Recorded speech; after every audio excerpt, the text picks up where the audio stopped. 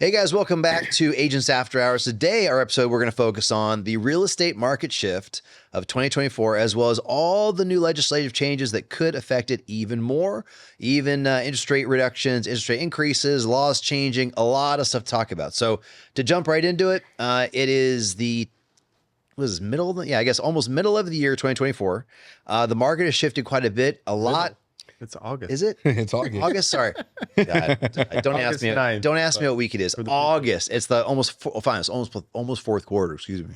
Same thing as middle of the year. Real estate market shift. So, but rates are starting to creep down a little bit, which is interesting because everyone keeps asking me on a daily basis, "Is that ever going to happen?" My answer is always the same. Completely depends. There's no way to set your watch to it, but it's very interesting to watch because now what's going to be interesting for me to see is it that the market's going to stay the same? Is it going to be a buyer's market? I'm sorry, is it seller's market and go out of control again? Or are we going to start to see some shifts? So there's a lot of those things to talk about. If I'm going to say my personal opinion, what you're going to see the rest of the year, I think you're going to see as we get towards the election, things slow down a bit. I think you will see a longer cycle of how long properties are on the market for, unless interest rates continue to go down. Quality of market. Well, I disagree. No, you don't. Sorry, you actually don't. If interest rates continue to go down, I think you're going to see the market continue to be stable or have just as many transactions because people will think those rates aren't going to be around for very long, so you might as well take advantage. If rates stay at the 7% mark where they've been for most, I think it'll start to slow down as we get to election, but also depending on who they think is going to win. But again, those are the toss-ups. But anyways, no, that's my 2 cents on that piece. Yeah, I mean, Tom, what do you think? I disagree with everything you said. I think obviously most of the inventory came out during the summertime, right? I mean, we're talking about obviously residential. We're talking about Orange County here for anyone listening in China or whatever. But most of the inventory came on during summertime. There's not going to be as much coming on. Obviously, kids are going back into school. Less inventory that's going to come Depends on where the inventory comes from. Interest rates are in the low 6s now. What I'm seeing. Was it? I looked at it. Was it 6.5, 6.2? low 6s. I saw 6.125. How many points? No points. Wow. That was par. Yeah. So the last time the high that was over 2 years ago. Yeah. Yeah. That's crazy. I mean, I was talking to a lender today. He said we could see the high 5s very soon. Yeah, momentum, dude. Momentum. I mean, go ahead. Yeah. So I mean, lower inventory, interest rates coming down, still high demand. Everybody's been sitting on the sidelines. All this money's kind of sitting on the sidelines. So I mean, I don't see real estate pricing slowing down. I think it's a really good 2 month to buy something. I think if I was a first time home buyer, I might hit that pavement pretty quickly this next 2 weekends. You know, I think the chatter of real estate has gone up significantly over the years, right? I mean, at least for myself, that's all I talk about. People know me as, yeah, I have multiple investments, I have multiple businesses, but they know me as real estate guy. Like, they know me as Red the Blabbermouth. Red the realtor, right? Red the Blabbermouth. And they know that that's all that's my passion. I love real estate. I love flipping. I love investing. I just love every facet of real estate itself. So, I mean, to me, it boggles me because I have a lot of conversations on social media where people see all these Instagram reels of, you know, there's no commission to buyers now. There's, you know, new laws coming in. Now there's so many changes in investments. California's taking away your landlord rights, yada, yada, yada. Like there's so much just talk about real estate. It's intense, right?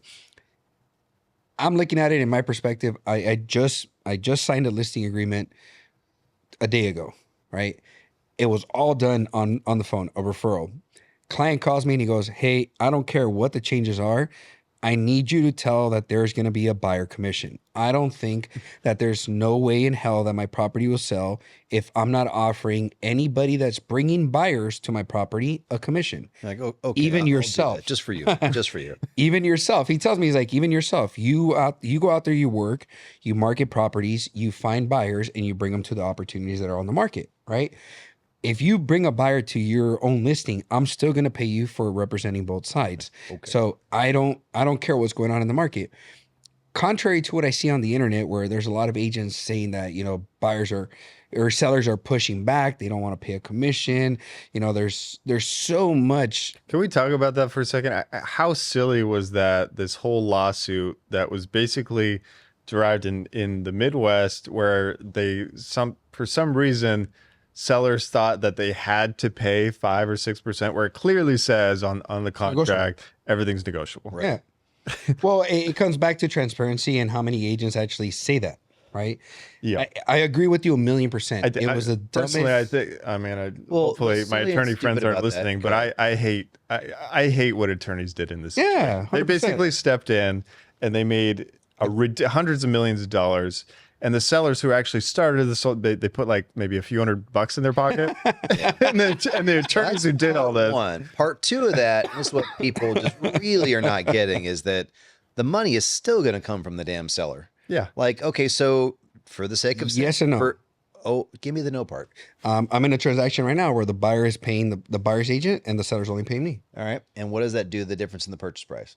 Nothing. It comes more out of pocket on the buyer, and the buyer's having issues.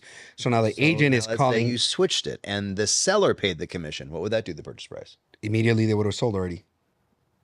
You know. So again, but I'm just saying, there's us as agents. The calculation is the same. Yeah. The calculation is coming from the seller side of the property, either in price or in equity. But it has to come down to knowledge of being able to communicate, convey, and have those relationships with agents.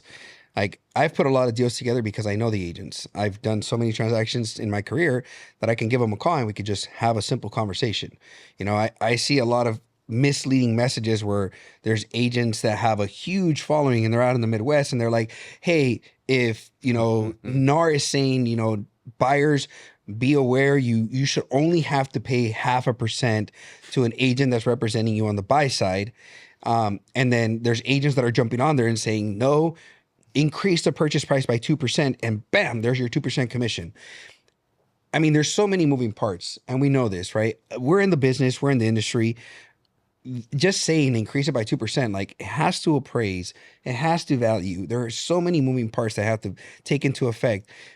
A lot of people don't understand that if you're not going to adjust and you don't understand how this all works out, that the only people that got rich in this situation and made your life a lot more complicated were the attorneys that were part of the lawsuit, then we could have a very logical conversation. But I 100% agree with you.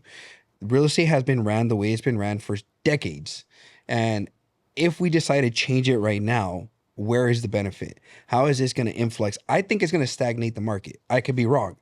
I could be 100% wrong, and it could. I agree. I mean, it's the buyers that kind of the buyers' commission is stagnate the market. No, the lawsuit is going to stagnate the market by halting a lot of transactions because there's no clarity in regards You're to commission. saying, okay, I thought you meant because the buyer has to, if the buyer has to pay their own agent, correct, and they're limping in with down payment, and then maybe it's a 3 to 5% down payment. And then you got to come in with an additional 2 to 3%. Look, I look at it as an opportunity. Yeah. Like, I have buyers that have liquidity, right? And now I can negotiate stronger. There's a lot of hearsay out in the market where, oh my God, people don't even have enough money to put their down payment. How are they going to pay you an extra 2%?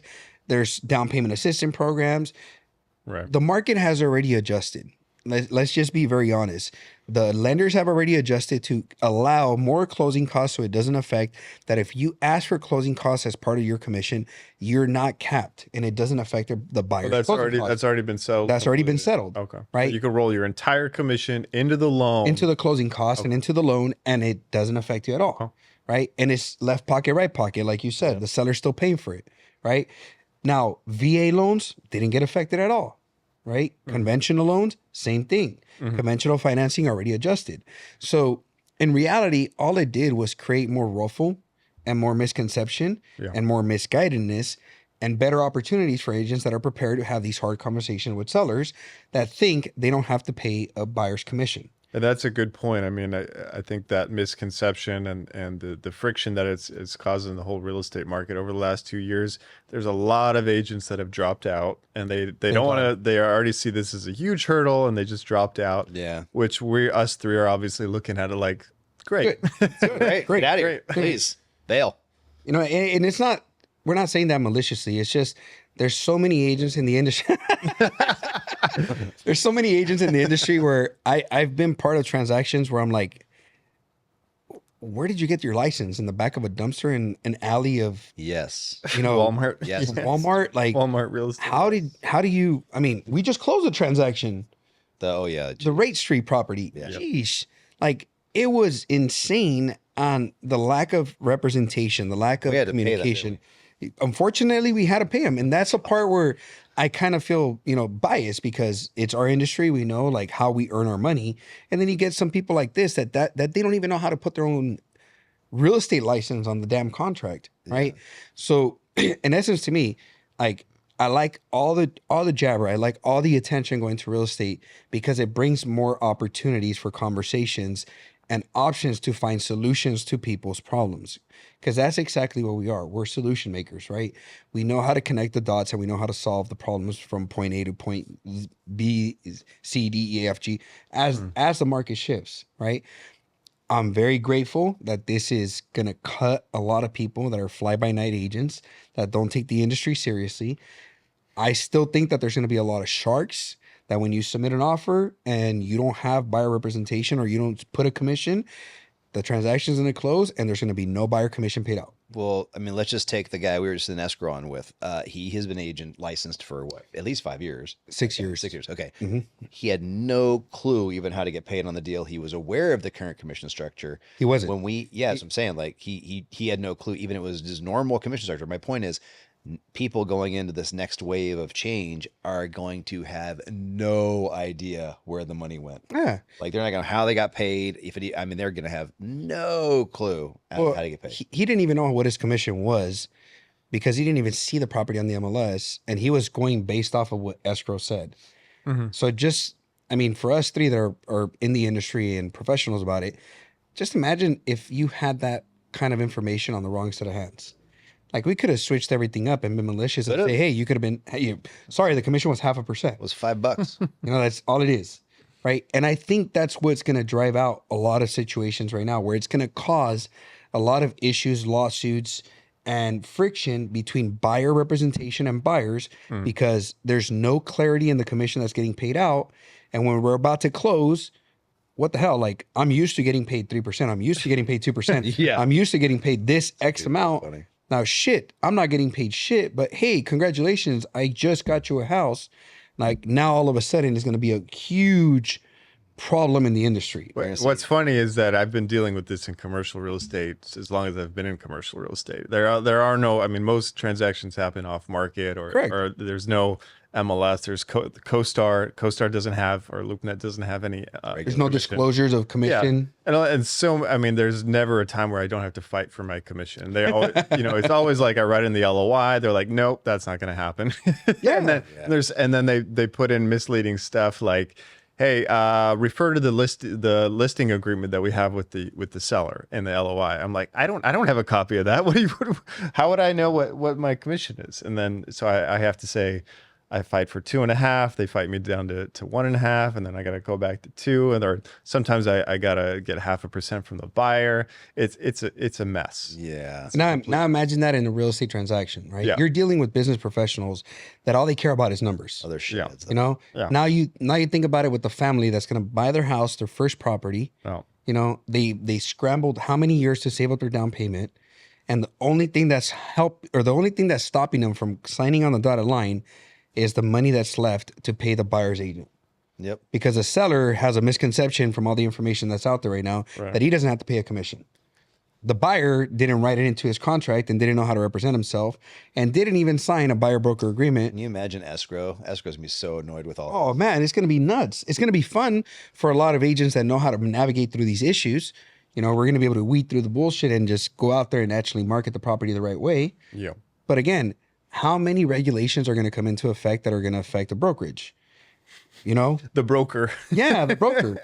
Which, in this situation, you're the broker, but it's our business. Yeah. Like, we care about it. We want to make sure that we educate our agents correctly so that when you're out there, you're not marketing the property wrong. You're not liable for a lawsuit. You're not liable for misinformation.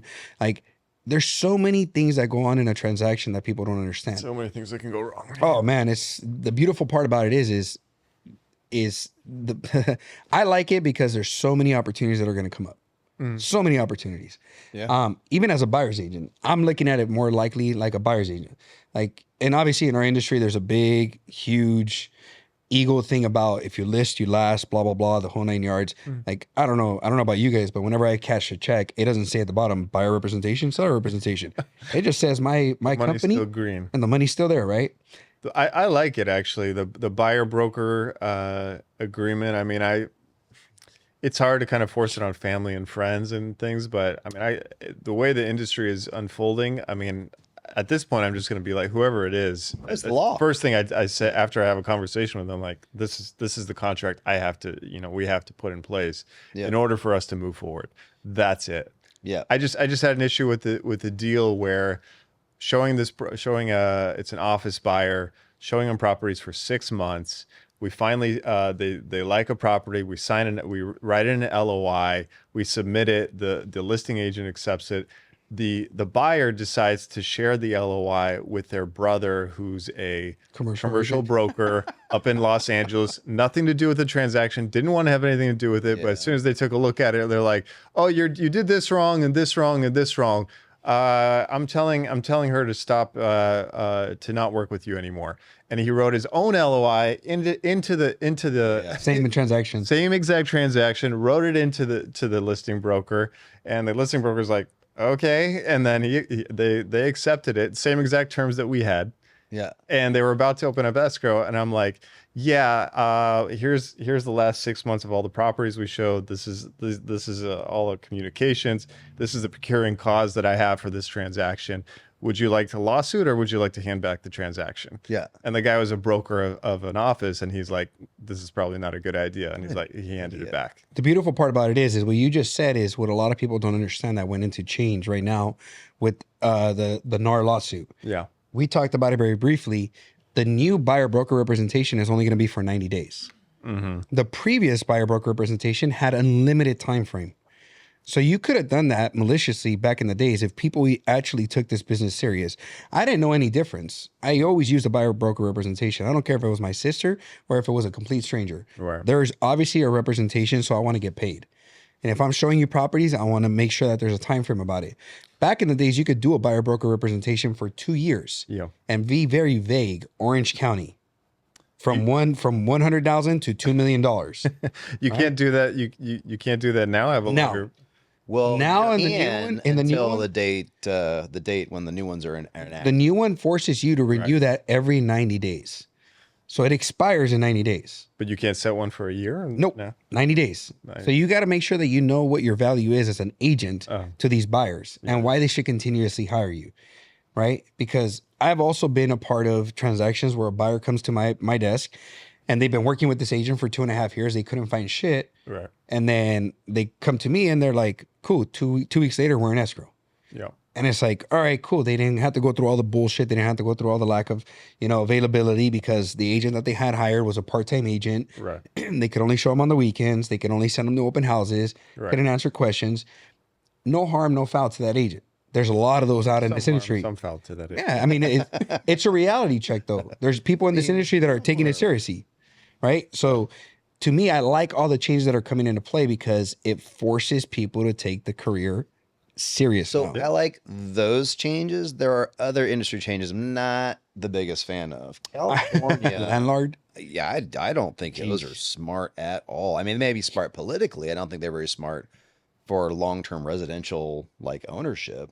Like for anybody know, there's a lot of changes coming to they're happening. California? But California law is becoming a heavy state on regulation when it comes to landlord tenancy. But there's some bad eggs out there, and people don't run their houses or their buildings as well as some might want to. And it's not going to change by these laws, but they're kind of making these laws to protect tenants in these situations. They don't protect tenants. They just create a lot of problems for landlords, and just going to create more problems. I can please go. Please, do you want to kick it off? Well, I mean, just the main ones we can talk about. Obviously, they're capping the security deposit 1 month, right? 1 month. 1 month. I mean, you could do 2 or 3 months. I mean, we manage a lot of properties. There are some tenants that have very low credit scores and they have You can't very low discriminate income. about that. And Well, now you can't only give them credit score. You have to give them an alternative version to support that they have credit, right? right. Alternative I mean, credit resource. you have to look at a number of things, but I mean, you don't have to tell someone why you reject them. But Yet. yeah, that can change. No too. criminal background checks anymore. No, yeah, not allowed any criminal background. Oh, checks. I actually got a fun story. Go ahead. I'm ready the story. Go ahead. Good story. Yeah, so security deposit 1 month. I mean, the biggest one is the cap on the rent increases. I mean, that's across the board in apartment buildings and multifamily that I sell. Every single building I see is 50-80% below market rents. Minimum. They're so far below. They don't bother raising it, but I feel this is a detriment to the tenants. I mean, because if you're going to tell landlords you can only raise it 5% plus inflation, CPI, max 9-10% per year, every landlord is going to be like, okay, well, my insurance costs are going up, Astronomically. my property taxes can get readjusted. All these costs and expense. Every time I got to fix something now, that's increased 200-300% because of materials and labor. What choice do they have? They got to raise rents. They got to raise rents every year. Not only that, but I mean, it doesn't keep up with inflation. And so people who have got this is not going to be the most heartwarming version of it's good for people, but it's like when kids go from kindergarten to first grade to second grade, the challenge changes. Like you're supposed to go up. And like I've got this with some clients where they bought property where someone has been there for 15 years, rent was never raised, and this person who is living on a rent that's, let's say, $1,000 a month, where the market's $3,000 a month. And it's like you're going to get booted as soon as that asset changes hands, and this thing you were doing really nice for this person, sorry, but they are going to get their ass kicked by the market when they have to go find something else. They have to move out of state. Well, they're going to take advantage of these laws in California and Squat. Yeah, I have a 4-unit in Palm Springs, and we're doing an investigation on the inside. And one of the tenants is like, "I have an as we're walking through, I have an attorney. I have an attorney, and I know my rights. I know my right." He doesn't know his rights, but yeah, we got one. It's the fear factor, right? I mean, yeah. You're going to deter the people that are actually going to be improving the community, keeping up these properties, not being slumlords, not creating all these issues in that complex itself. Right. But you're capping them because of the simple fact that you know this better than us two. Your value, your property value drops significantly because your rents are so low. Your cap ratios are so off that whenever you want to sell this asset as a value or even try to reach the market where it has a potential for profitability, no one's going to want to buy it. An investor's not going to want to pay market. But now you have to factor in relocation costs for that person because you're going to get them out for better rent. So now you have to factor in 2 months or 1 month. What is it? 1 month? Well, you don't. Depends on the county and depends on the city. Depends on that. Yeah, I mean, you go to LA and some of these areas. I mean, there's literally, do you have one person in the apartment? Then you have to pay him like 18 grand. If it's a married couple, it's like 22 grand. Married couple plus kid. Disabled, it's like it goes up like $35,000 check you have to write to some, and they know exactly to the dollar how much. Well, so there's that, but like, but okay. So what I was gonna say is that for me, it has more to do with the spirit of what things are doing, not just like here's the specific law we changed to fix something. Well, like for instance, we were talking a minute ago about the buyer broker hesitation go from an unlimited date to 90 days. I actually think that's relatively smart because a lot of people in this business take full advantage of that. That is a law that makes some sense as far as like containing it so people have to constantly produce for their clients. Yeah, create value. The other side of that is, okay, so this other thing with the moving out costs, some of that may make sense, but here's what's also happening. From the stories I've got. One, I had a client approach me and say they got notice from the tenant saying they want to start a daycare in the property. And lo and behold, there's nothing that they can do about it. Like they get to start a daycare up to 6 kids in the property. Also, you would think, well, if I got a bunch of kids and their parents, do you think there's extra insurance liability to that process? There's got to be. Yeah, but you can't tell them to increase their insurance rates. That's illegal. You can't tell them to do that. You cannot. And by the way, you have to let them get the license for your property to do it. Like all these things, you have to let them. It's like, so I have no say over my property. Not under 6 kids. Like 6 kids and you can't do shit. 7 kids, they have to be a different kind of business. That's just one thing. I heard another story about someone. This is a funny story, but it did work. Someone moved into a property and they didn't put on the lease that one of their adult kids or whoever's going to come with them. On the application, they said they didn't put them in the application because they identify as a support dog. The state of California. The son identifies as a support dog. That worked? Yeah. Yeah. Because you can identify however you want. It barred them from having them to show their social. Yeah. Yeah. You don't have to, because you can identify however you want.